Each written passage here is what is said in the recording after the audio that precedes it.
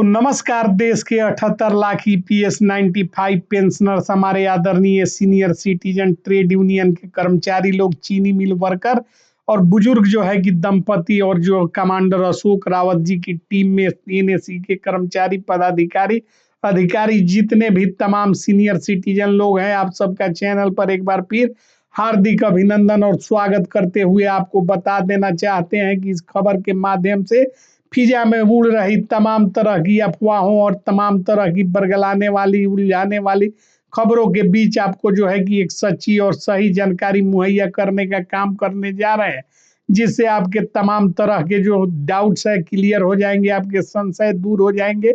इसलिए कमांडर अशोक रावत जी की टीम को सपोर्ट करना चाहते हैं तो चैनल को सब्सक्राइब, वीडियो को लाइक और शेयर कर जो है कि कमांडर साहब, एनएसी कमेटी और जो है कि तमाम सीनियर सिटीजन सहित हमको जो है कि अपना सपोर्ट दे सकते हैं। उसके लिए आपको कुछ नहीं करना है, चैनल को सब्सक्राइब करना है, वीडियो को लाइक करना है और शेयर कर देना है, जो कि बिल्कुल फ्री है, इसमें कोई पैसा नहीं लगता। तो बढ़ते हैं आज के ताज़ा अपडेट की तरफ जो हम आपके लिए लेकर आए हैं।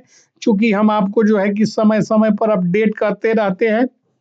देश के 78 लाख से अधिक ईपीएस 95 पेंशनर्स आप लोग देख लीजिए। एक तरफ जो है कि धन की देवी निर्मला सीतारमन का सांकेतिक तस्वीर लगाया है हमने, और दूसरी तरफ प्रधानमंत्री नरेंद्र मोदी जो कि पंत प्रधान है देश के, उनका तस्वीर लगाया है। और उनके समक्ष आप सभी की मांगों को बड़ी विनम्रता और शालीनता के साथ हम उठाने का काम कर रहे हैं, ताकि हमारी आवाज इनकी कानों तक पहुंचे। धन की देवी प्रसन्न होकर जो है कि सारे कार्य पूर्ण करे और प्रधानमंत्री नरेंद्र मोदी जी मंजूरी देने का काम करे। इससे जुड़ा हुआ तमाम तरह के भ्रामक अपडेटों से बचने के लिए चैनल पर बने रहिए। तो देश के 78 लाख से अधिक ईपीएस 95 पेंशनर आज बेहद तनाव और असमंजस की स्थिति में है। महीनों से सोशल मीडिया पर लगातार फैलाई जा रही अफवाहें, झूठे दावे और भ्रामक संदेशों ने पेंशनरों का विश्वास तो तोड़ा ही है, उन्हें गहरी आघात पहुंचाने का काम किया है। कई जगह पर पेंशनर्स बताते हैं कि सोशल मीडिया, खासकर फेसबुक चैनलों पर किसी दिन बताया जाता है कि कल से लागू हो गया, अगले दिन कोई लिख देता है कि सभी पेंशन दुगुनी हो गई, और तीसरे दिन कोई कह देता है कि पेंशन बढ़ गया। सरकार ने मना कर दिया है कि इस तरह के जो है कि खबर पर विश्वास नहीं करना है। इस भ्रम में पेंशनरों में भारी आक्रोश पैदा हो गया है। पेंशनर संगठनों का कहना है कि पिछले 6 महीनों से जितनी गलत खबरें ईपीएस 95 पेंशन को लेकर फैली है, उतनी ही शायद पिछले 3 वर्षों में भी नहीं फैली होगी। वरिष्ठ नागरिक बताते हैं कि उनको परेशानी होती है, इस तरह की खबरों से आपको बचना चाहिए। आज से जो है कि पेंशन के बारे में जो भी अपडेट है वह इस चैनल से प्राप्त करने का काम कीजिए। इन परिस्थितियों को देखते हुए ईपीएस 95 पेंशनर्स के प्रमुख नेता कमांडर अशोक रावत ने 3 और 4 दिसंबर को दिल्ली में विशाल 2 दिवसीय आंदोलन का आह्वान किया है। यह आंदोलन धन की देवी निर्मला सीतारमन और पंत प्रधान नरेंद्र मोदी के कानों तक जो है कि जोरदार आवाज के साथ गूंजने का काम करेगी, और धन की देवी को धन वर्षा करने पर मजबूर होना पड़ेगा, और पेंशनरों की मांग को स्वीकार करना ही सरकार की नियति बन जाएगी। क्योंकि जनतंत्र का सबसे बड़ा अधिकार है कि आप आंदोलन कर सकते हैं, अपनी मांगों को खुले मंच से सरकार तक पहुंचाने का काम कर सकते हैं। आपका संगठन, आपका जो है कि आवाज बनकर दिल्ली में 3 और 4 दिसंबर को एकत्रित होने जा रहा है।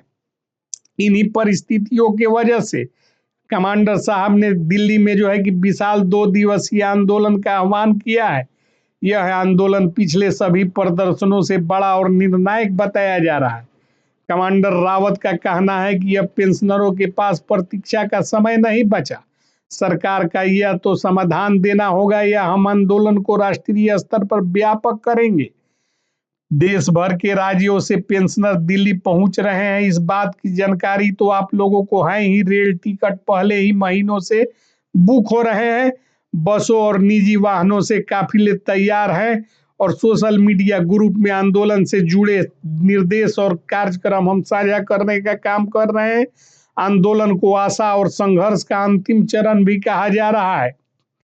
पेंशनरों के बीच आम चर्चा है कि आंदोलन से पहले सरकार के पास एक मौका था मांगे मानकर पेंशनरों को राहत देने का, लेकिन अभी तक केंद्र सरकार द्वारा कोई ऐसी घोषणा नहीं की गई जिससे लगे कि आंदोलन रुक सकता है। सरकार की चुप्पी पेंशनरों को बेहद दुखदाई और खल रही है। कई लोग इसे मौका खो देना भी बता रहे हैं, क्योंकि गवर्नमेंट चाहती तो आंदोलन रुक जाता और आंदोलन से पहले ही इनकी मांगों को मंजूर कर गजट नोटिफिकेशन के माध्यम से लागू किया जाता। कई अफवाहों में कहा गया था कि सरकार आंदोलन से पहले कोई बड़ा मास्टर स्ट्रोक देगी, न्यूनतम पेंशन की राशि वृद्धि, मेडिकल सुविधा जोड़ना, महंगाई भत्ता लागू करना। लेकिन जैसे जैसे तारीखें करीब आ रही हैं, ठंड में जो है कि बुजुर्ग जाने को मजबूर है और दिल्ली की सर्द हवाओं में आज एक बार फिर 80+ बुजुर्गों के आंदोलन की तैयारी अंतिम चरण में पहुंच रही है और इसमें पेंशनरों को निराशा के प्रति, आंदोलन के प्रति उत्साह दोनों बढ़ गया है। सरकार के प्रति एक तरफ निराश है तो आंदोलन के प्रति उत्साहित है। देश भर में लाखों पेंशनर अपने बुढ़ापे में अपनी आवश्यकताओं के लिए संघर्ष कर रहे हैं। रिपोर्टों के अनुसार कई पेंशनर्स की मासिक पेंशन 1000 से 2000 रुपए ही है।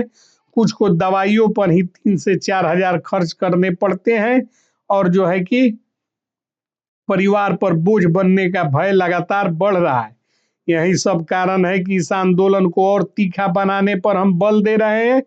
पिछले 3 महीनों से खासकर फेसबुक और व्हाट्सएप पर जो है कि EPS 95 पेंशन की अफवाहों ने रिकॉर्ड तोड़ दिए हैं।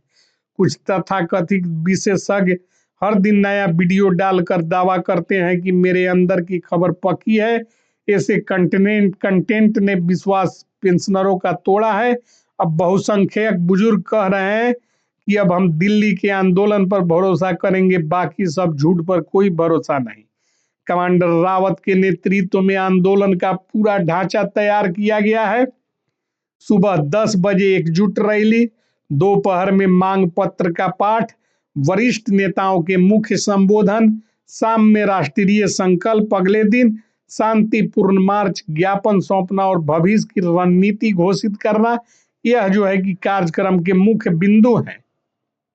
आंदोलन में पेंशनर्स जो मांगे लेकर जाएंगे उनमें न्यूनतम पेंशन को जीवन स्तर के अनुसार बढ़ाना, मेडिकल सुविधा की गारंटी, भाता लागू करना और पेंशन में असमानता, तकनीकी त्रुटियों का समाधान, विधायी संशोधन कर पेंशन प्रावधानों को मजबूत करना। ये तमाम मांगे हैं जो सरकार से आंदोलनकारी क्रांतिकारी करेंगे।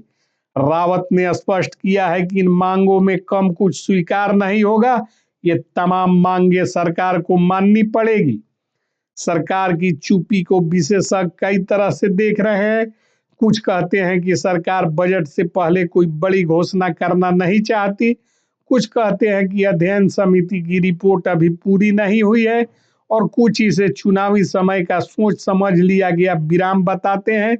परंतु सच यही है कि अभी तक कोई आधिकारिक संकेत नहीं मिला है। दिल्ली का 2 दिवसीय आंदोलन EPS 95 इतिहास में जो है कि सबसे बड़ा टर्निंग पॉइंट माना जा रहा है। देश की नजरें इस आंदोलन पर होगी। क्या सरकार इससे पहले चेत उठेगी? क्या आंदोलन के बाद कोई निर्णय आएगा या पेंशनर्स को लंबा संघर्ष करना पड़ेगा? फिलहाल इतना तय है कि पेंशनर अब झूठी खबरों पर नहीं, अपने आंदोलन के सामूहिक संकल्प पर भरोसा कर रहे हैं। कमांडर रावत का यह संदेश पूरे देश में हम गुंजायमान कर रहे हैं कि अब जो भी होगा दिल्ली आंदोलन में होगा और वही होगा जो लाखों पेंशनर्स तय करेंगे। बुजुर्ग और सीनियर सिटीजनों की अनदेखी कोई भी सरकार करके सत्ता में नहीं रह सकती है। सरकार जन कल्याण के लिए यदि होती है तो इस बात को प्रधानमंत्री यानी कि पंत प्रधान नरेंद्र मोदी जी, जिनकी तस्वीर एक तरफ हम लगाए हैं और दूसरी तरफ धन की देवी निर्मला सीतारमन से चरणबद्ध तरीके से और करबद्ध प्रार्थना करते हैं कि आप लोग जो है कि EPS 95 पेंशनरों को मौका दीजिए। उन्हें दिल्ली आने से रोकने का एक आसान तरीका है कि इनकी मांगों को स्वीकृत किया जाए और दिल्ली की सर्द हवाओं में ठिठुरने के लिए बुजुर्गों को मजबूर होने से बचा लिया जाए और ये सारा श्रेय जो है कि सरकार को जाएगा और प्रधानमंत्री के प्रति लोगों में विश्वास बढ़ेगा। इन निर्मला सीतारमन के प्रति जो लोगों के भाव हैं वह बदलेंगे। इसलिए जो है कि आप तमाम महिला जो है कि आप हैं और आप जो है कि महिला पेंशनरों का ख्याल रखते हुए एक विशेष कदम उठाने का काम कीजिए, वरना कमांडर अशोक रावत जी ने जो आह्वान किया है, जो दिल्ली में 3 और 4 दिसंबर को असंभावित धरना प्रदर्शन कार्यक्रम है, उसमें जो है कि लाखों की संख्या में देश के कोने कोने से हम लोग पहुंचने का काम कर रहे हैं और 3 और 4 दिसंबर को पूरे संवैधानिक तरीके से और शांतिपूर्ण तरीके से संवैधानिक तरीके से आंदोलन को आगे बढ़ाने का काम करेंगे। तो कमांडर को सहयोग करने के लिए चैनल को सब्सक्राइब, वीडियो को लाइक और शेयर जरूर कीजिएगा। जय हिंद, जय भारत।